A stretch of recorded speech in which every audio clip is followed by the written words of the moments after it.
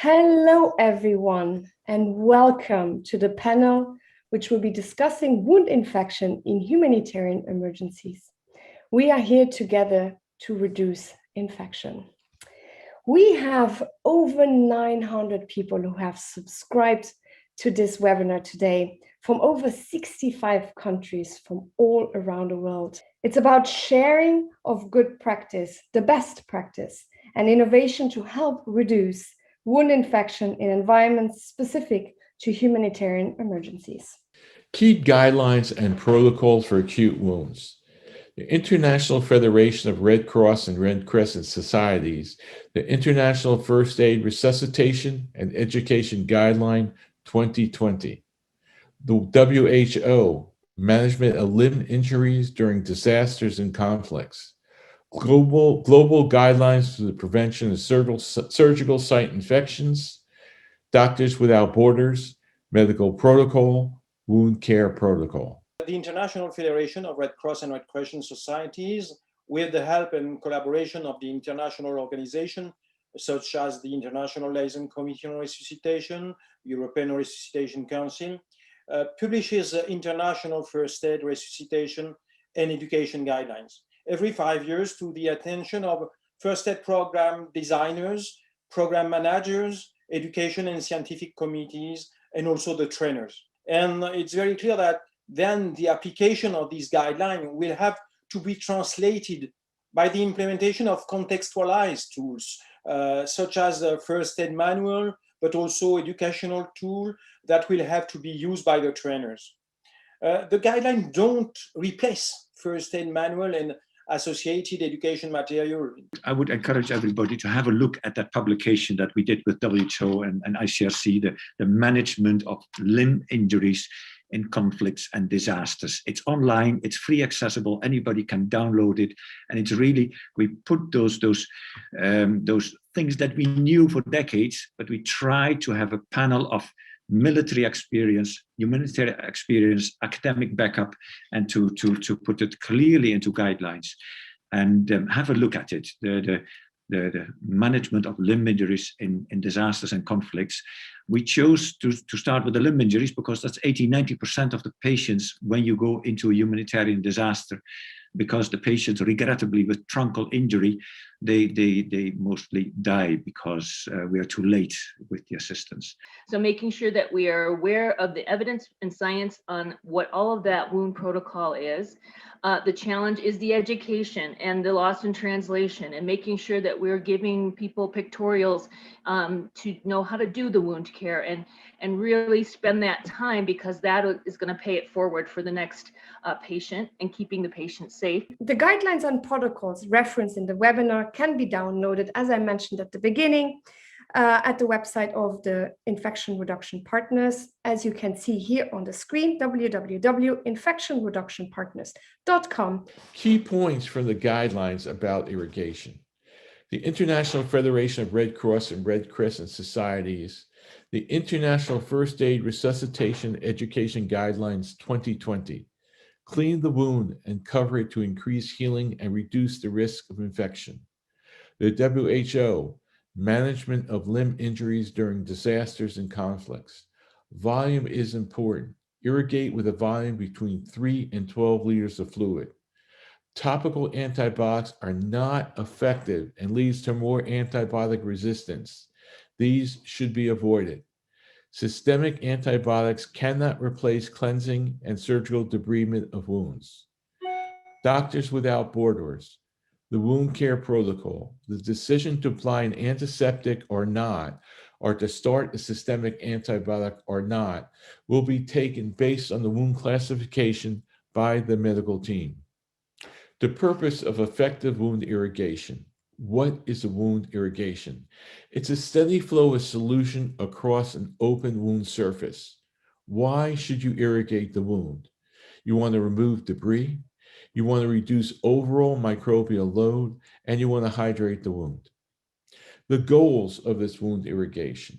You want to reduce infection, promote healing, prevent local and systemic complications, help restore a patient's quality of life, decrease morbidity and mortality rates, reduce health costs, and reduce strain on the healthcare system. Mechanical debridement is essential. For small little wounds, you could use gauze, but you may need surgical debridement to remove all dead, contaminated, infected tissue. And quite often, severe wounds, you have to use general anesthesia and surgery to remove all this material. However, we still see in the last diagram, there are still microbes present. So a final irrigation of the wound, usually with an antiseptic solution to cleanse and remove the visible debris and to kill some of these microbes that are still there. There is no data on the use of antiseptic solutions specifically in humanitarian emergencies. However, 0.05% chlorhexidine has been used extensively in high-risk, high-infection and surgical wound procedures, showing infection reduction of up to 50 to 80% in such areas such as orthopedics, colorectal, plastics, reconstruction, ileostomy, and C-sections. 10% povidone iodine has also been used extensively on dermal wounds as well as diluted for surgical use. However, a recent 2019 orthopedic study done by Hart and his group at the Mayo Clinic with over 12,000 cases uses diluted 0.25% povidone iodine and demonstrate no infection reduction when compared to saline. Chlorhexidine gluconate 0.05% under the brand name Iricept has been cleared by the FDA as a device for wound debridement and cleansing. It is sterile packaged in 450 milliliters volume, premixed for optimal concentration and pressure. And it's been used in over 2 million procedures for a broad array of wound procedures. Because we are limited in our resources, and a lot of times we have the supplies, we just have to educate the actual frontline medical staff on how to use the supplies and that the supplies are actually there. So I would say cost neutral is very key in humanitarian settings, and the importance of having a packaging that is easy to use. The instructions are easy to use. Everything is there for you so that it's kind of a grab and go type of a setting that you don't have to determine, okay, is this the top? Is this the bottom? How do I put this on? How do I, so having that tutorial and pictures are really key, especially with translation across different countries. And then the third would be something that is going to be effective. So science evidence-based recommendations on effective products, on effective tools and techniques that really do help decrease surgical site and wound infections. But important message, in these situations, all wounds are contaminated. And due to late presentation of patients or late arrival of assistance, the wounds are infected. And these wounds need to be cleaned thoroughly. They need to be surgically cleaned, a debridement. That's an operation under anesthesia. And there should be no primary closure of wounds. Wounds in humanitarian disasters, they are different, and they demand a different approach. We see far too many unnecessary complications. Now here, Equatorial Guinea, 1 week after the explosion, we are removing sutures that should not have been put last week, and patients have unnecessary wound infections. But yes, we're not talking about wounds, we're talking about patients, and also patient in humanitarian emergencies. The other thing about the infections in the humanitarian response, prevention of infections is really the same, regardless of the organism.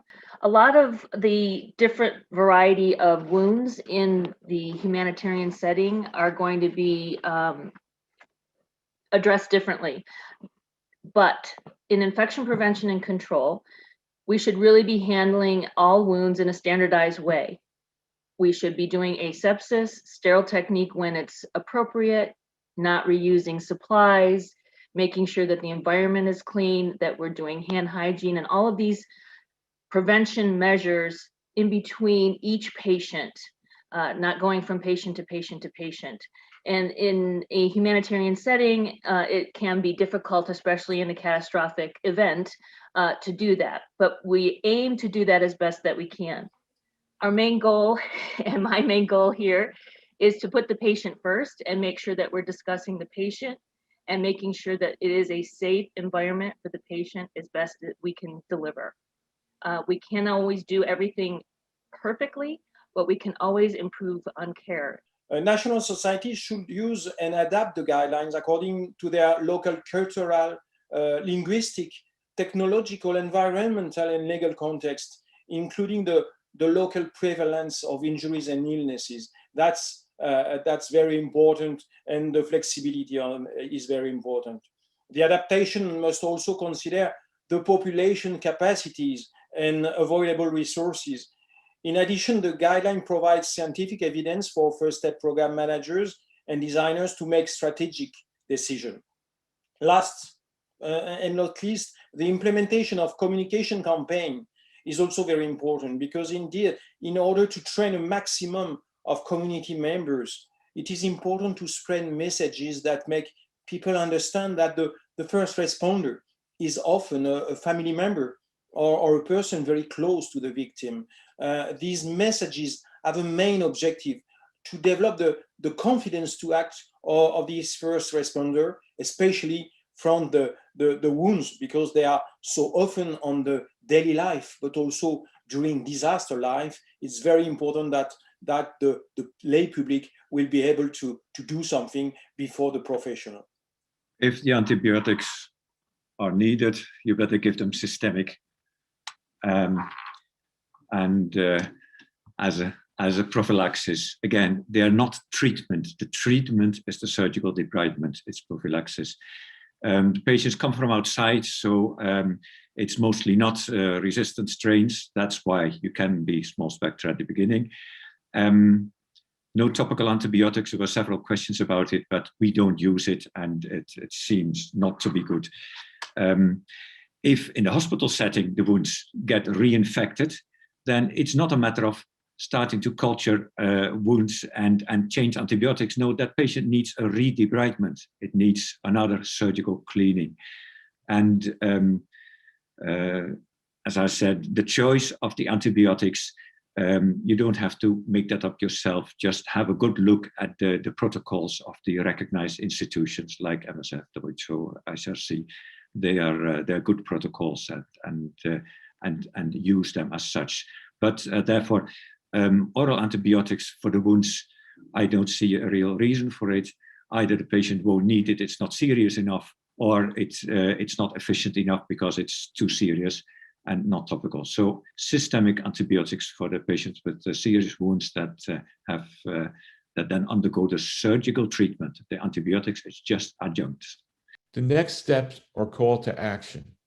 We should engage all the staff in a multidisciplinary commitment to understand the implications of wound infections, to download and share the foundational protocols and published guidelines, understand the benefit of effective wound debridement, irrigation, and wound care. A call to action, a cross-section collaboration to share and build evidence, to build evidence specific to acute traumatic wounds in humanitarian response settings, and for global collaboration to evaluate innovative interventions that are supported with evidence from other sections.